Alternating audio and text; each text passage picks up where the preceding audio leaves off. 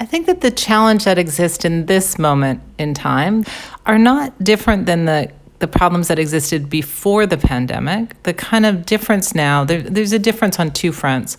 One is that the pandemic really distills everything down. It unmasks and amplifies things in ways that weren't as evident before the pandemic, but they were still there. So you've seen power unmasked and amplified all over the world. I think you see now a sort of tipping point where it's close to majority, calling into question the legitimacy of power. My name's Andrea Reimer. I teach, I'm an educator, and I also provide strategic advice to municipal governments and nonprofit organizations.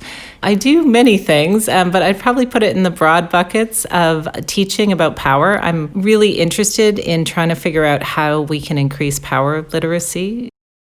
The second particular challenge of the pandemic is this liminal space-time that we're in. Functionally, it's very similar to when you're traveling, where you have a lot of anticipation and anxiety, but as soon as you get out the door and on the way, you're in this different time space. I think in an airplane, it's sort of the most pronounced that we feel it, where the rules that applied before we got on the airplane aren't in effect, but we're not yet where we're going, so those rules don't yet apply.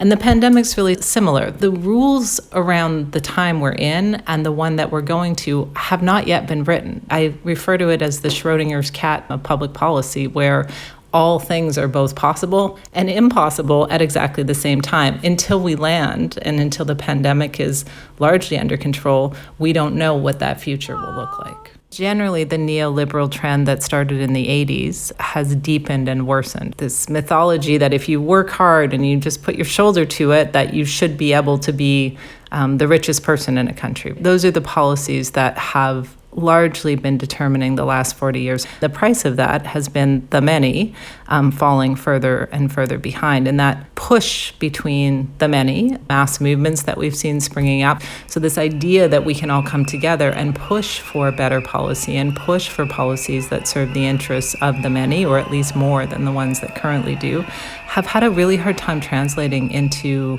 electoral politics. When the pandemic started, we were in that moment of trying to figure out, can you translate the movement into electoral politics?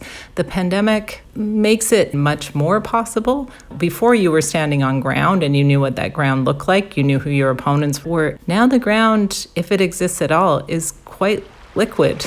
And what might be true today may not be true tomorrow. So that makes it much more difficult to move forward in a way that is predictable or mappable.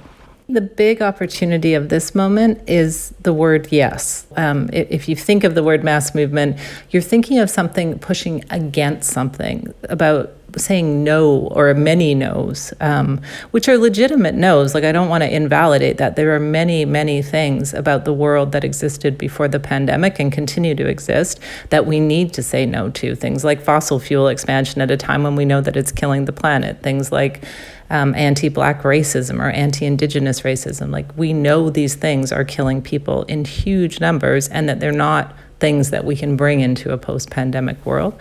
But until we learn how to paint the world we want, the yes, we're never going to win it, right? If you give people a choice between a vision of the future that has structure and is clear versus a great unknown, they're going to choose the clarity, even if it's against their self-interest to do so.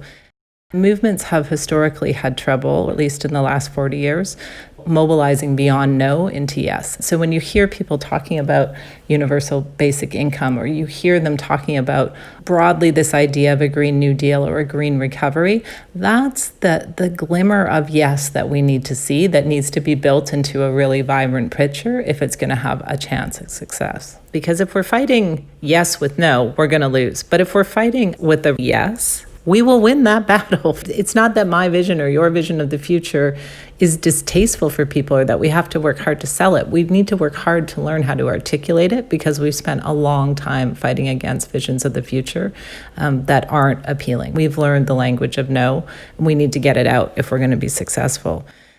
Over the last 40 years, there's been this oppositional force, right? This carefully constructed, self-interested structure of neoliberalism.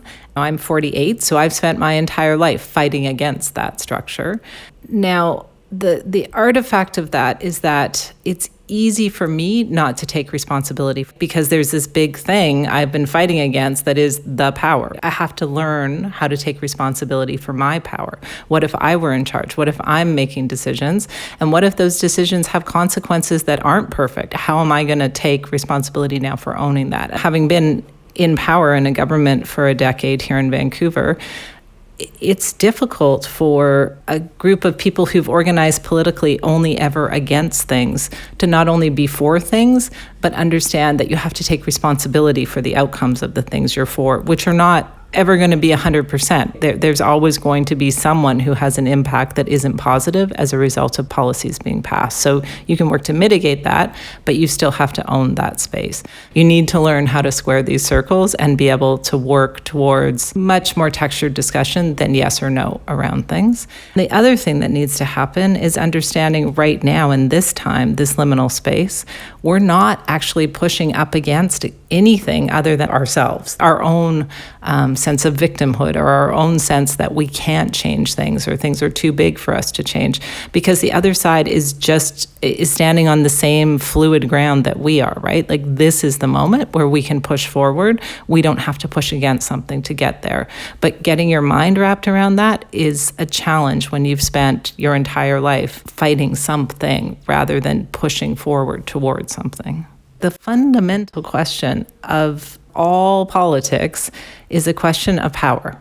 Who has power? How much power do I have? And how much power does someone else hold over me?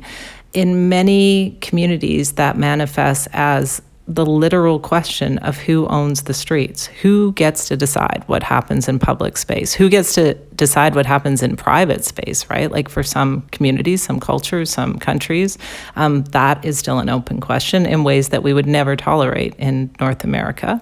And yet we completely tolerate corporate, private, moneyed interests getting to decide how much public space is allocated to them and then what's left over for the rest of us.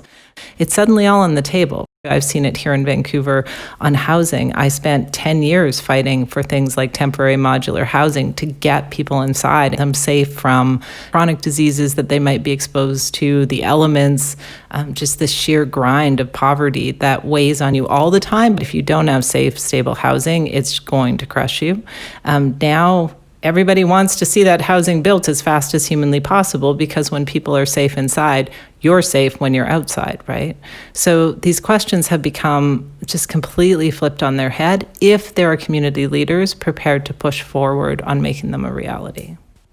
For the first time in my life, all things are possible. This liminal space in the pandemic has created this total change, but the flip side is that all things are also impossible. It sounds like a paradox, but it's not. It's just the sound of the future being created. It probably always sounds like that, but the pandemic is the first time that it's been quiet enough that we can actually hear it.